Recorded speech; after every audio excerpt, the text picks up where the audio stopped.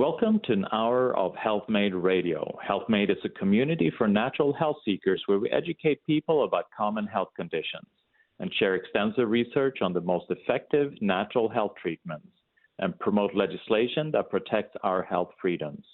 Our core concept belief is in the innate intelligence and healing power of the body, and if properly supported spiritually, emotionally, and nutritionally, it can find its way back to health. HealthMade Radio will bring information from integrative health experts throughout the world. Check us out at healthmade.co. Health is what you make it. I'm Dr. Michael Karlfeldt, and I will be your host. Today's guest is Bob Cafaro. Bob Cafaro has been a cellist with the Philadelphia Orchestra since 1985. In early 1999, Bob was diagnosed with multiple sclerosis. 6 months later, he was nearly blind, unable to use his hands, and he was told he would be on permanent disability. Refusing to accept his prognosis, Bob set out to cure himself of the disease. He has since continued his career as a cellist with the Philadelphia Orchestra. Today, he is in perfect health and shows no signs of MS. In his new book, When the Music Stopped, My Battle and Victory Against MS, Bob shares the knowledge he gained from extensive research, personal life experiences, and studying people who have accomplished the impossible. Bob, it's such a pleasure to have you on the show today. I'm so grateful for the information that you have been sharing and will be sharing today. Thank you, Dr. Michael. It's my pleasure to be here, and it's an honor to be on your show. I'm an admirer of what you do as far as, thinking outside the box and offering this viable alternative to people who otherwise might seem completely hopeless. So, yeah, well, thank you. Yeah, and that's the goal is that empower people that feel that they are powerless, and that is what you're doing. And one of the things that because you were put in a place that was impossible medically to get out of. So in your mind, what does it mean to accomplish the impossible? Well, so just to give you a quick chronologic history, I had just turned 40 years old. I got my first symptoms in December of 1998, and I started getting numbness and limping in my right leg, and doctors surmised it was just a pinched nerve, probably nothing to worry about. 2 months later, February of 1999, I start losing peripheral vision in my left eye.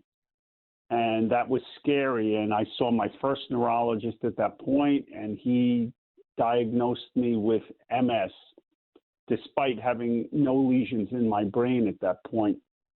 And my thinking was, well, he was an epilepsy specialist, so of course it's a misdiagnosis.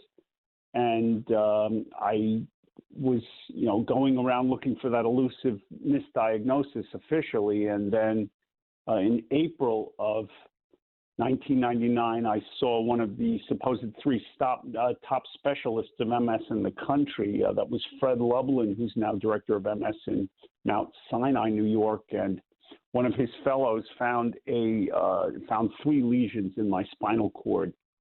And that became a definitive diagnosis because everything else had been ruled out, all rheumatoid disease, heavy metal toxicity, Lyme, AIDS, you name it. I had been through the gauntlet of tests. And in July of 1999, I started losing peripheral vision in my right eye, which was scary because the left eye had never recovered. And I got an intravenous steroids for the second time, which is, standard protocol. And then and to backtrack, in April, Fred Lublin started me on Avonex, which was one of the really only 3 choices for MS drugs in the 90s. It was Avonex, beta-seron, and Copaxone. And so I did Avonex. And in July of 99, I start losing peripheral vision in my right eye. I got an intravenous steroid that stabilized things for about a week. And then I became motion sick. And there was no motion, just my central nervous system was just, my equanimity was just destroyed. And I started vomiting, and it was almost a week where I wasn't able to keep down food or water. And I should tell you, in all this time, I was in complete denial of my MS. And then I wound up hospitalized for severe dehydration, and I was released after 4 days. And I couldn't see out of either eye. I could see silhouettes, and that was it. I couldn't use my hands. I was incontinent. I could hardly walk. I saw my 5th neurologist that year at University of Pennsylvania, very esteemed neurologist named Clyde Markowitz, and he did a complete series of MRIs, and I had over 50 active lesions in my brain and one in my spinal cord that measured 3.5 centimeters in length. It took up the entire spinal cord. So that everything was gone at that point. And then I saw Dr. Robert Surgott, who's the head of neuro-ophthalmology at Wills Eye Hospital in Philadelphia. And I had been seeing him since February, and he was tracking my lack of progress, should I say. And when I saw him, I failed a basic vision test and completely failed a visual field test. I couldn't see anything.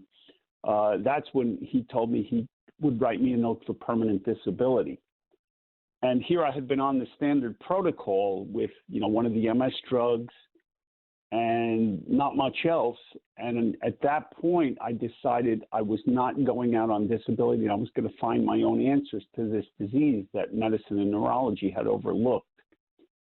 So I started my own research.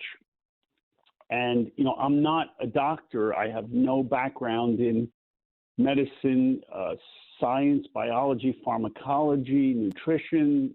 I'm a cellist. That's my field.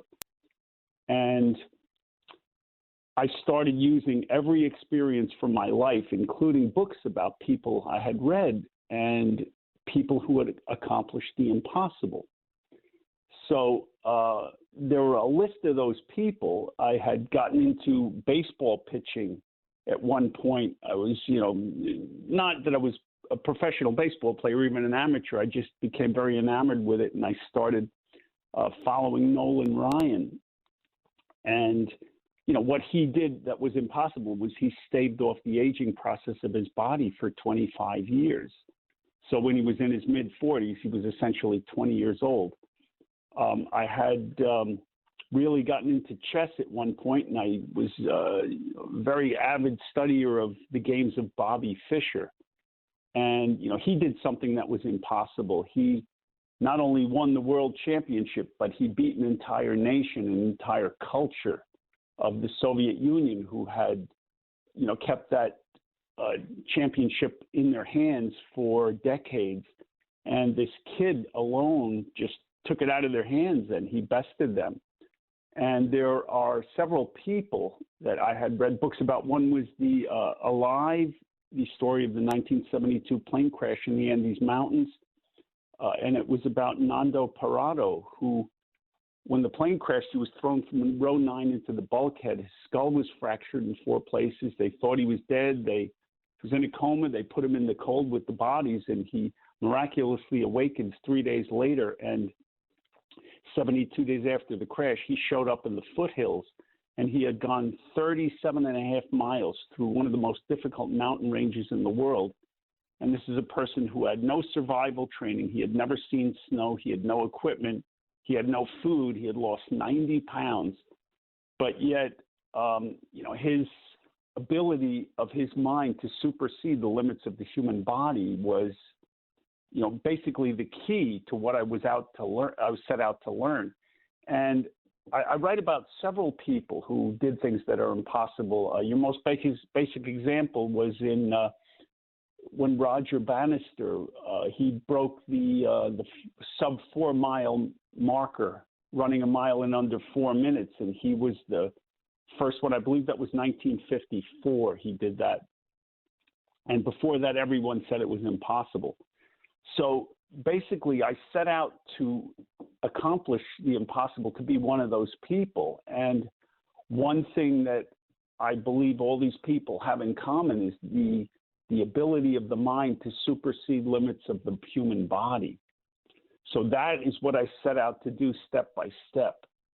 And anyway, to answer your question, if I'm rambling, sorry, but That's what it means to accomplish the impossible, to do something that normal people would deem an impossibility.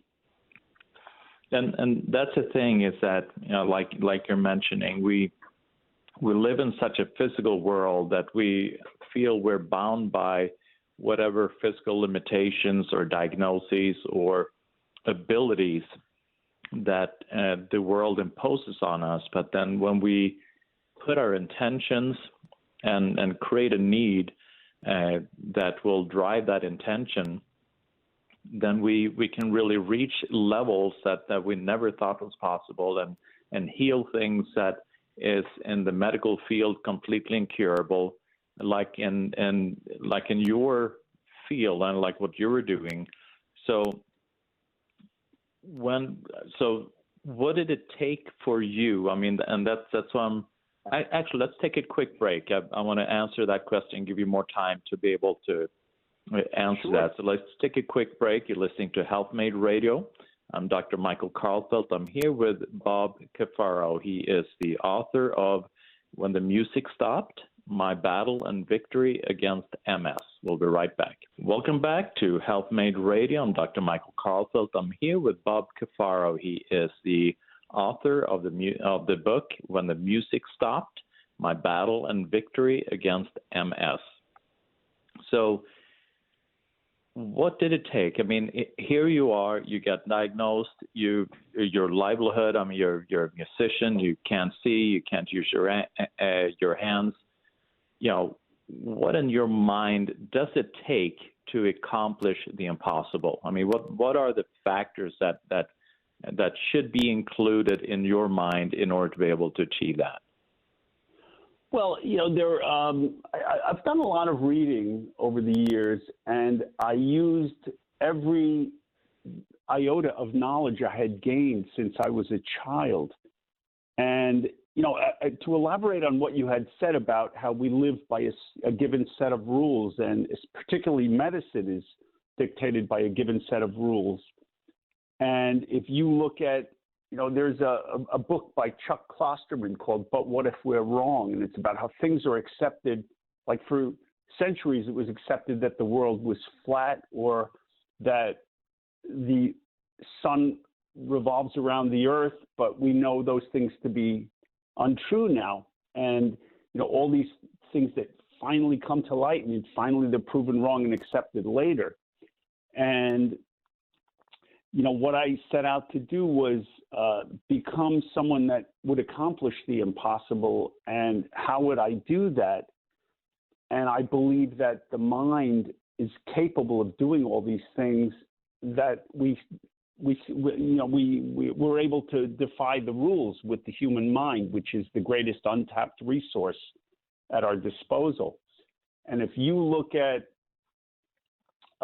things, let's say, give you an example, look at placebo group studies, right? And in the placebo groups, you're familiar with all clinical trials have a placebo group, and you have people in every trial in the placebo group that inexplicably improve. They get better and sometimes reverse their illness or their disease.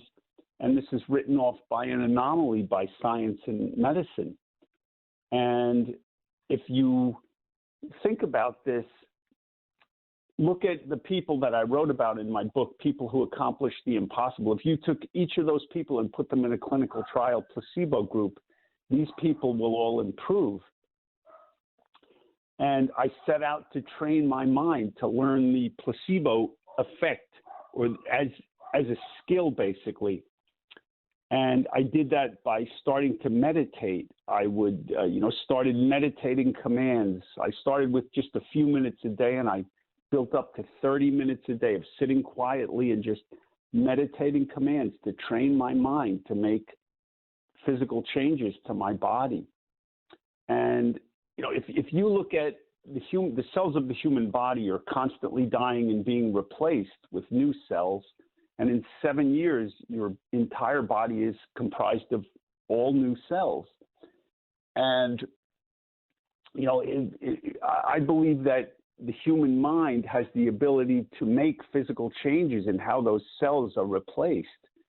And for those that don't, they don't believe or doubt what I say, if you look at the clinical trial on minoxidil, which is Rogaine, when they did the clinical trial on that, 18% of the men in the placebo group started growing hair where they didn't have it. And to me, that indicates that will, that sheer desire people had to get their hair back, that desire was really key to restoring hair growth in a case where there's no drug involved.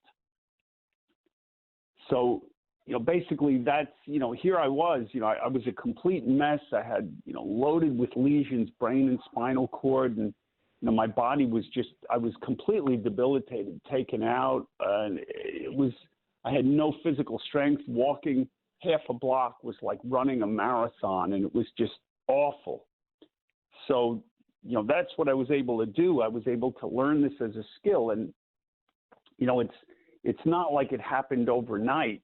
What I said about the human body's rebuilding of the human cell process and the time that takes, it took me about 3.5 years to rebuild my body. And I would say it came back not only 100%, but it came back even stronger because, I had basically emulated people who accomplished the impossible. And one was Nolan Ryan. I had adopted his lifestyle. Basically, his workout regimen with weights and his yoga-based exercises. I was, at that time, in 1999, I wanted to be the Lance Armstrong of the cello. He was another one of my heroes back then. We know very different things about him now, but, still I believe what he did is still an impossibility as far as his cancer. He had a very aggressive testicular cancer that metastasized very rapidly, and it spread into his lungs and into his brain. And after the surgery, they told him he would never be able to balance on two wheels of a bicycle again. And not only does he make a full recovery and get his biking skills back, but he becomes, the dominant world champion for 7 years, despite having help with, performance-enhancing drugs we know now. But still, I believe some credit is due there in the sense of what he accomplished. And the doctors, told him he had a 50% chance of survival, and they privately confided he had a 20% chance of survival. So, if you look at what some of these people did, Nando Parado, who went through that 37.5-mile trek through that mountain range in the winter, mountain climbing teams that reconstructed his route said what this guy did was not possible. So, that was basically my goal, to set out and be not like these people, but to be one of them in every sense possible. Yeah, it really proves the point. And like you're saying in regards to the placebo effect, it is fascinating that the placebo outperforms the pharmaceutical any time of the week. Because if you remove the placebo effect from the effect of the pharmaceutical, the placebo it has a higher percentage than the pharmaceutical. So it is really powerful, the powerful intention. And like you're saying, how you can then literally, you can control tissue repair. You're growing hair. And in your case, right. The lesions, you were just a multitude of lesions everywhere that was impacting your nervous system. And with the meditation, with the intention, you're able to then control how the body repaired, which is amazing. Absolutely. Yeah, absolutely. And, while we're on the subject of the placebo, so the drug I was on, which is Avonex, which is an interferon, it's a very powerful intramuscular injection taken on a weekly basis. And, the side effects are absolutely brutal. The next day, you have the case of the flu so bad that your hair hurts. I don't know how many people ever experienced that, but you have to take ibuprofen to counter the effects of this drug. So what got me started with the whole placebo effect was I one day actually sat down and read the packet insert that came with the drug. And the drug slowed down the progression in 38% of the people that take the drug But what really knocked me off my chair was after 2 years on the drug, there was a nearly identical result of success with the drug group and the placebo group. So, that really got me pointing in this direction about what's going on here.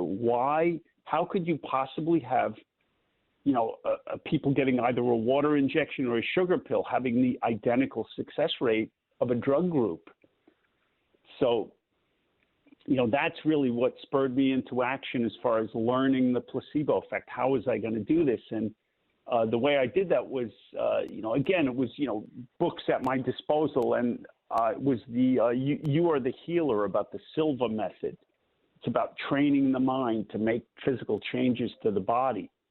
So I came up with my own set of commands that I sat and I repeated to myself, just over and over and over, not just repeat those commands, but to visualize, say, to envision a video or a movie or a scene of these things actually taking place. And I was constantly telling myself that my MS is going into remission, my lesions are vaporizing, they are leaving, MS has picked the wrong person, it is leaving with its tail between his legs. My brain is,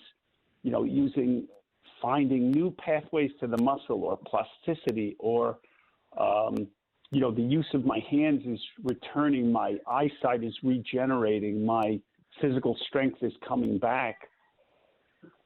All these commands I sat and repeated, and I was up to 2 30-minute sessions a day. I did this for probably about 2 years. That's incredible, and I love those sayings. Yeah, running with the tail between his legs. I love it. Yeah, that's exactly. I envisioned a Civil War scene where the enemy was taking heavy fire and waving the white flag and retreating. Like, this is what I envisioned in my mind. I don't know why I chose that, but it seemed to make sense. Well, I mean, and I think you need to then connect with the visualization that you relate to and that you can put a lot of power into, and depending on then what your background is, But the idea is that whatever it is that you put power and intention and believe wholeheartedly and can really fully visualize, and that's what you should do. Yeah. So, we've talked about mindset and the placebo effects, but, those things alone will not address, they're not going to begin to solve the problem. I think it has to be done in conjunction with other steps I took. Mm-hmm. Exactly. One of the books I found way back was, I call him Dr. Batman, and he wrote a book called what is it? Your body's many cries for water. You're not sick, you're thirsty. Mm-hmm. And I hadn't even read the book at the time. During my own research, I found this website called The Water Cure. And he cured, like, he had all these prisoners that he just cured with water. That was the only thing he had. So he used I had a feeling you'd be familiar with this. It was done with Iranian prisoners. And again, it wasn't a double-controlled, blinded study the way we know clinical trials today. But, he was written off as a quack by modern medicine, the NIH, he even talks in his book about the medical industry. You have, everything from, doctors' salaries, nurses, you have medical device makers, drug makers, hospitals, and the biggest beneficiary of all the industry is actually the government with taxation. Therefore, it's not in the government's interest to lower health care costs because they would get reduced revenue then. So, that's just his take on the whole thing. And what he recommends is, in his study, is that half of one's body weight in ounces of water a day. So me at 160 pounds, that means 80 ounces of water a day. And this was one of the first things I found. I started doing this, and I was so worried about getting hit with my fourth attack because they were becoming, more and more virulent each time. My first one was numbness in the leg, then it was peripheral vision in one eye, then it was 2 stages, peripheral vision and motion sickness. And, it was just, my third attack was just so brutal. It was like getting hit by a freight train. So I was so worried that I tried this, and not only did I not sense I was getting worse or stable, I sensed improvement in my body when I was drinking all this water. So I thought, I'm onto something here.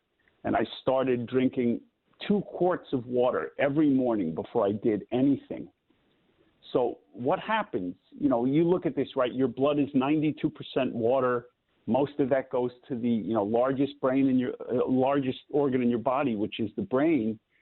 And, you know, if you look at the body needs water to do everything, right? Everything from moving human waste to, you know, electrical conductivity, you name it, right? The body depends on water. So I started doing this, and I'm drinking 2 quarts every morning. And what happens now, there's no room in my stomach for food. So without realizing, I'm intermittently fasting for probably 12 to 16 hours every day now. And, you know, when you are fasting for a period of 16 hours, ketosis takes place. And during that time, this is when the healing and rebuilding of the cells of the human body actually takes place. So, you know, if you look at the way the human body was designed with these survival mechanisms, the human body, right, when we eat food, our body produces insulin, which changes the sugars, the glucose, into energy, and what's not used is stored in your fat cells. So the body was designed, when it goes days without food, to tap into those reserves as a system as a safety. And the problem is, with our diet and our lifestyle today, we don't eat because we're hungry. We eat because it's time to eat our big 3 meals a day.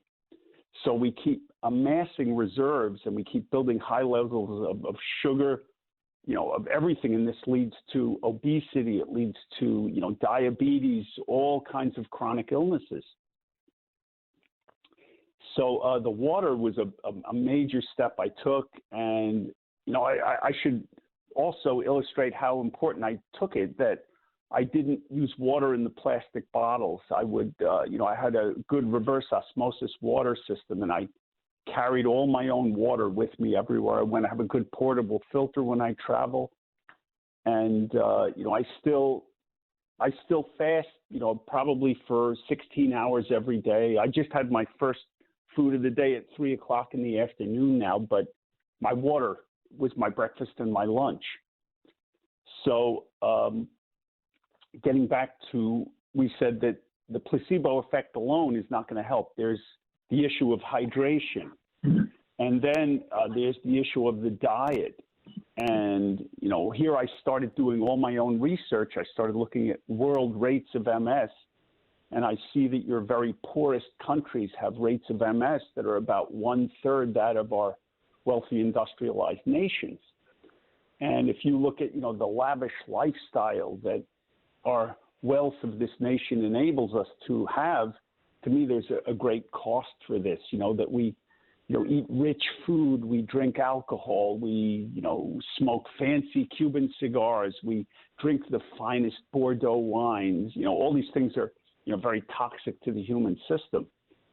And, you know, so, you know, basically I stopped eating just about everything, and I switched to this basic, you know, hunter-gatherer, organic plant-based diet, and tried to, you know, live on exactly what my body would need rather than what my palates would desire.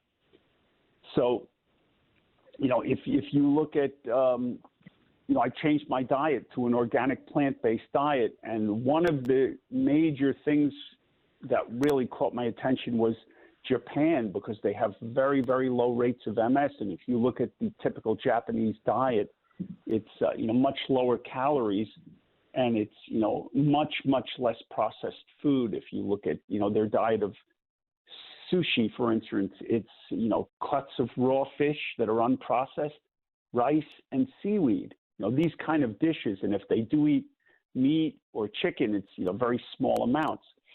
But not just that, it was the prefecture in Japan, Okinawa, that really, you know, caught me off guard here, because, you know, Okinawa is considered the Shangri-La of the planet. And I assume your listeners are probably familiar with the Okinawa Centenarian study, where they studied over 900 people over the age of 100 and in perfect health. And not just in perfect health, but if you look at the women in the study never screened for, breast, ovarian, or cervical cancers. The men, don't have the heart disease. They don't have, all the ailments that are so common in the West. But what is their diet in the Okinawa Centenarian study?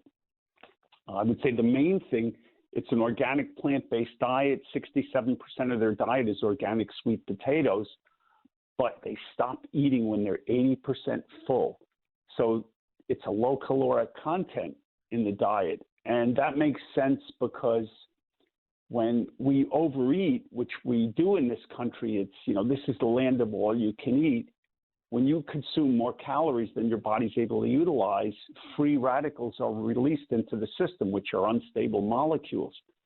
And free radicals will, again, play a decisive role in chronic illness. So that was one thing. And I was kind of doing this with no knowledge or awareness of what I was doing, just by saying, well, I'm going to do what they do because they don't have MS and they live to be over 100. I'm going to say, well, this guy, Nolan Ryan, he stopped the aging process of his body for 25 years. I'm going to do what he does, So, it's not just that. It's, we have hydration. We have organic plant-based diet. We have one other thing, which I was so worried about, getting hit by my fourth attack. And, it's generally accepted that heat is an enemy of multiple sclerosis, that you overheat the body, that becomes, basically a warning for an exacerbation or a flare-up, an episode, whatever you want to call it. But I was so worried about overheating my body that I was taking cold showers every day, and I'm cycling outside in really cold weather with an absolute minimum of clothing on. So here, I'm doing the Wim Hof. I don't know how many of your listeners are familiar with Wim Hof, the Iceman. Yeah, that's right. And Bob, let's take a quick, because I want to be able to hear, because I love the Wim Hof. But let's take a quick break for commercials. We'll be right back. You're listening to Health Made Radio. Welcome back to Health Made Radio. I'm Dr. Michael Karlfeldt. I'm here with Bob Cafaro. He is the author of the book, When the Music Stopped, My Battle and Victory Against MS. Yeah, Wim Hof, it is amazing. And that's also something that you can almost consider as, what it means to, do the impossible. Right. Yeah, and it's funny because I had no knowledge of him at the time. And the reason I really got to know about him was my son is a professional MMA fighter. And at the age of 32, he's become a designer, trainer, and coach.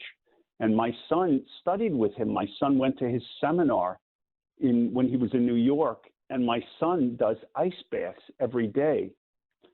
And, it's funny because, how my son, when they were little, I used to yell at my kids, don't eat that, it's junk food. So they used to call me the food police. And now my son says, Dad, he goes, you shouldn't eat after 7 p.m. Dad, there's too many carbs in that. Dad, what are you eating this for? It's how ironic that my son now, is the food police in reverse.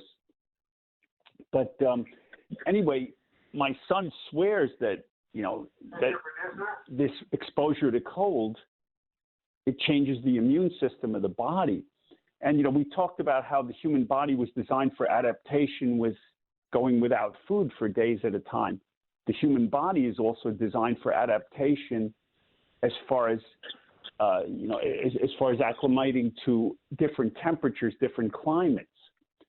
And, if you look at everything we do now is 75 degrees, the house, the car, work, we go shopping, everything is this one area of comfort, and we never go outside of that. But the human body, right, we compromise our immune system by losing this ability for adaptation. So, basically that's one thing I think I really got back was I learned that exposure to exposing my body to cold would actually reawaken the immune system. So if you have any questions, go ahead. I know I tend to go on here too much, but. Oh, I love it because you're giving actually good. This is the kind of information that people want to know. I mean, here they are in this very stressful situation where they feel no hope, and then recognizing that there are other people that have taken themselves out of that situation and then utilizing these tools in order to be able to achieve results, to get freedom, in their life again. I'd like to probably I'd like for people to kind of get a feeling a little bit what it meant for you to get back being a cellist. I mean, here you had worked your whole life to achieve this level of you wanted to be the top of the top of the cellist, and then all of a sudden that disappeared, so that people can understand kind of how important it was for you to get that back again. I mean, what did it mean for you to be a cellist? Yeah, I mean, the music would always be, it was always a part of my life, and I actually got a late start at it from the age of 9, which is, considered an old timer by Philadelphia Orchestra standards. Most of the people in the orchestra started when they were 3 or 4 years old, and they were from musical families, where I'm not. But it was something I really got serious about in my teens, and I really made up for lost time. But I believe that was a big advantage for me, because when you play a musical instrument, the brain is multitasking at this, amazingly high level, and all these receptors are firing off. There are so many things taking place at once. And, to be able to play again, it was not a switch that was thrown. This was a long, arduous process of rebuilding the use of my hands again, starting from ground zero. It took, again, about a good 3.5 years. So, to me, to be able to play the instrument again at the level, I would say that's probably even better than before I got sick, was, that's just, it's too good to be true. It's just a gift from above. And I may want to share with your listeners that, I didn't go to a doctor for 11 years because the doctors were not helping me at all. The standard protocol with MS is they diagnose, give you one of the drugs, and come back and see me in a month or two. And that wasn't good enough for me. And obviously it was going downhill. But, anyway, I had another set of MRIs done 14 years later, after the first one that was just a disaster with all the 50+ lesions. But there are no lesions, and I should point out that I've been asymptomatic now for a period of 22+ years, completely asymptomatic. So the one thing that I did want to say, though, is that Robert Surgott, the neuro-ophthalmologist at Wills Eye Hospital, he was the featured speaker at a book signing I did, and he spoke about how I changed my immune system by changing my diet to an organic plant-based diet, therefore by transforming the microbiome in my gut. And also I was cycling outside to rebuild my body constantly, and I was getting high levels of vitamin D, and he discussed the correlation between, low levels of D and high levels of MS. But I also think that I changed my immune system with exposure to cold and fasting as well. Yes, let's take another quick break. You're listening to Health Made Radio. I'm Dr. Michael Karlfeldt. I'm here with Bob Cafaro. We'll be right back. Welcome back to Health Made Radio. I'm Dr. Michael Karlfeldt. I'm here with Bob Cafaro. He's a cellist at the Philadelphia Orchestra, and also wrote the book When the Music Stopped. So here you did, and your book is amazing. And I've anyone that wants to be inspired, whether you have MS or not, that is beyond the point, because like you're saying, that the different therapies, that the different things that you've included, these are good things to do for longevity. You were studying people that were beating the impossible, but it was not just MS, it was any impossible. So whether you're dealing with cancer, whether it's something you want to achieve in your personal life, but then also in regards to health, all these are just good, sound, healthy principles that will drive a person further, and you can then kind of look like the people in Okinawa. You can then model what they do in order to be able to regenerate your health and tissue and cells to live at the optimum. So when you were then when you were considered disease-free, they couldn't find any lesions, which again is incredible. I mean, that medically that does not happen. But how did that make you feel when you were able to get to play again? I actually wrote about this in the book. I went back to I had met Nando Parado, who was, the famous survivor of the 1972 plane crash in the Andes. I met him, and he gave me a hug at the end. I told him, I said, I always wanted to meet you and thank you because you were my guide. And he gave me this hug, and something went through me, and I felt like I had been cured, and I hadn't been back to a doctor. And then that's when I went and I had the MRIs done, and the neurologist, who I hadn't seen in 11 years, he looked at the MRIs and he says, "You did the impossible." That's exactly what he said. So that's where I got that from. But, I mean, it's such a gift to have everything back again. And I feel that I was, put on this planet for a reason now, to share the knowledge I've gained with others. And if I can just say, there are many things that, I do and that I, talk about that we're not going to have time in 40 minutes. But in my book, I do cover so much of, what we were not able to discuss here. So, people ask, where is your book available? And, you can get a signed copy on my website, or you can download it on Kindle from my website, which is bobcafaro.com. Yeah, I love it. Yeah, and so now, did it take a while? I mean, because you were not able to play, you were not able to see, you were not able to do all these things. I mean, was it a process to get back to where you're at? I mean, did you have to kind of fight to be functioning at the same level that you were before? Oh, yeah. I mean, that took a long time. And, I had to start relearning to play the cello from ground zero, the same way, a young child would start. And, what happened was, I told you Lance Armstrong was my hero back then, and I wanted to win a race on the cello. So I started taking principal cello auditions across the country with all these different orchestras. And I was practicing like maybe, 6-7 hours a day on top of my schedule of, going to the orchestra and teaching. And, that was how I really got everything back, just that determination, that time invested. Yeah. Well, you are such an inspiration. And for anyone wanting to be inspired, which we all need to be inspired, I definitely suggest reading your book. It's really, really powerful. And you can find that book at Bob Cafaro, that's BobCafaro.com. And Bob, such a pleasure to have you on the show today. Thank you so much for everything that you're sharing and doing.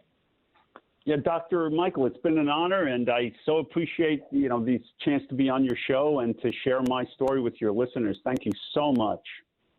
Thank you. That is it for today. You're listening to Health Made Radio. Remember, check us out at healthmade.co. Health is what you make it. It's what you make it. It's what you make it. It's what you make it. It's what you make it.